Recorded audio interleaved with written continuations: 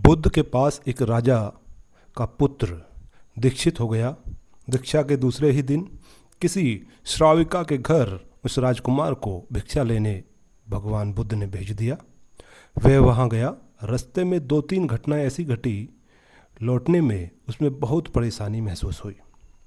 रास्ते में उसके मन में ख्याल आया कि मुझे जो भोजन प्रिय है वह तो अब नहीं मिलेगा, लेकिन श्राविका के घर जाकर पाया कि वही भोजन थाली में है जिसे वह बहुत पसंद करता है। वह बहुत हैरान हुआ। फिर सोचा संयोग होगा, जो मुझे पसंद है वही आज बन गया होगा। वह भोजन करता है। तभी उसे ख्याल आया कि रोज़ तो भोजन के बाद विश्राम करता था 2 घड़ी, आज तो फिर धूप में वापस लौटना है। लेकिन तभी उस श्राविका ने कहा कि भिक्षु बड़ी अनुकंपा होगी अगर भोजन के बाद 2 घड़ी विश्राम करें तो। वह बहुत हैरान हुआ। जब वह सोचता था तभी उसने कहा था, फिर भी सोचा संयोग की ही बात होगी कि मेरे मन की बात आई और उनके मन में भी सहज बात आ गई होगी कि भोजन के बाद भिक्षुओं को विश्राम करना चाहिए। चटाई बिछा दी, वह लेट गया। लेटते ही उसके ख्याल आया कि आज न तो अपना कोई साया है, न कोई छप्पर है, न अपना कोई बिछौना है। अब तो आकाश छप्पर है, जमीन बिछौना है। वह यह सोच रहा था, तभी श्राविका लौटती है और उससे कहती है, भंते ऐसा क्यों सोचते हैं?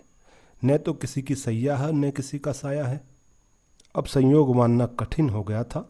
अब तो बात स्पष्ट थी। वह उठकर बैठ गया और उसने कहा कि मैं बड़ी हैरानी में हूँ। क्या मेरे विचार तुम तक पहुँच जाते हैं? क्या मेरा अंतःकरण तुम पढ़ लेती हो? इस पर श्राविका ने कहा, निश्चित ही।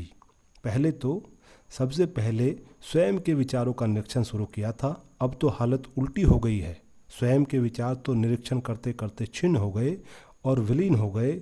मन हो गया निर्विचार। अब तो जो निकट होता है उसके विचार भी निरीक्षण में आ जाते हैं। वह भिक्षु घबरा गया और खड़ा हो गया। उसने कहा, मुझे आज्ञा दें, मैं जाऊंगा। उसके हाथ पैर कांपने लगे। वह श्राविका से कहता है। श्राविका इस पर प्रतिक्रिया देती है, इतने घबराते क्यों हो? इसमें घबराने की क्या बात है?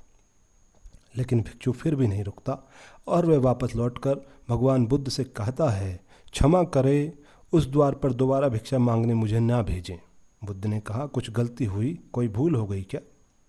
उस भिक्षु ने कहा, न तो भूल हुई न कोई गलती। बहुत आदर सम्मान और जो भोजन मुझे प्रिय था वो यहाँ पर मिला।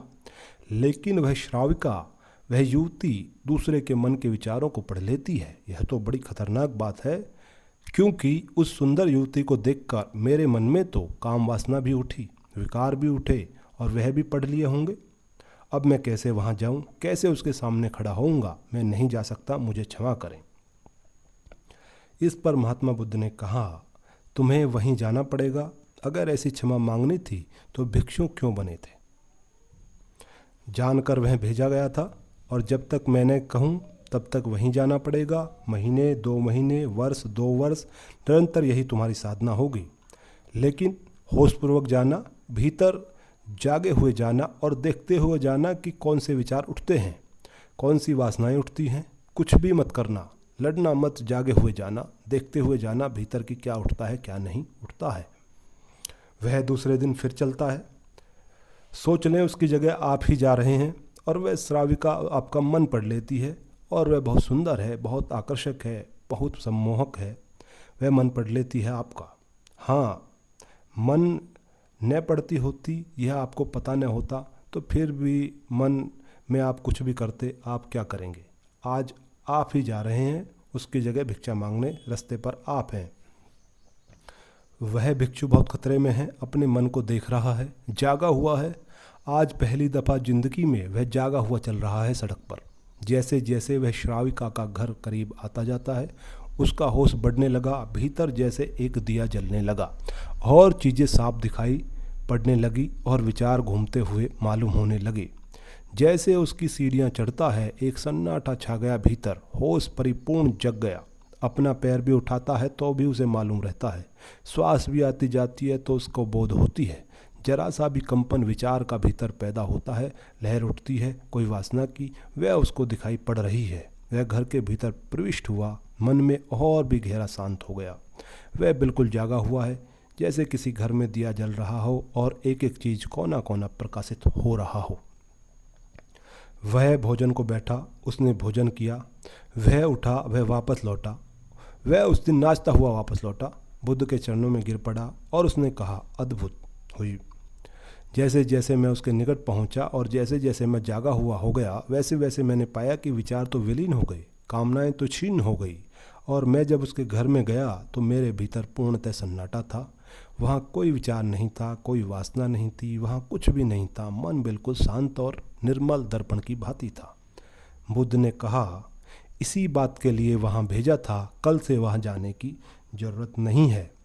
अब जीवन में इसी भांति जियो जैसे तुम्हारे विचार सारे लोग पढ़ रहे हों।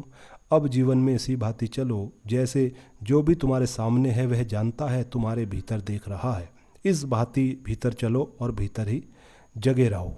जैसे जैसे जागरण बढ़ेगा वैसे वैसे विचार वासनाएं क्षीण होती चली जाएंगी।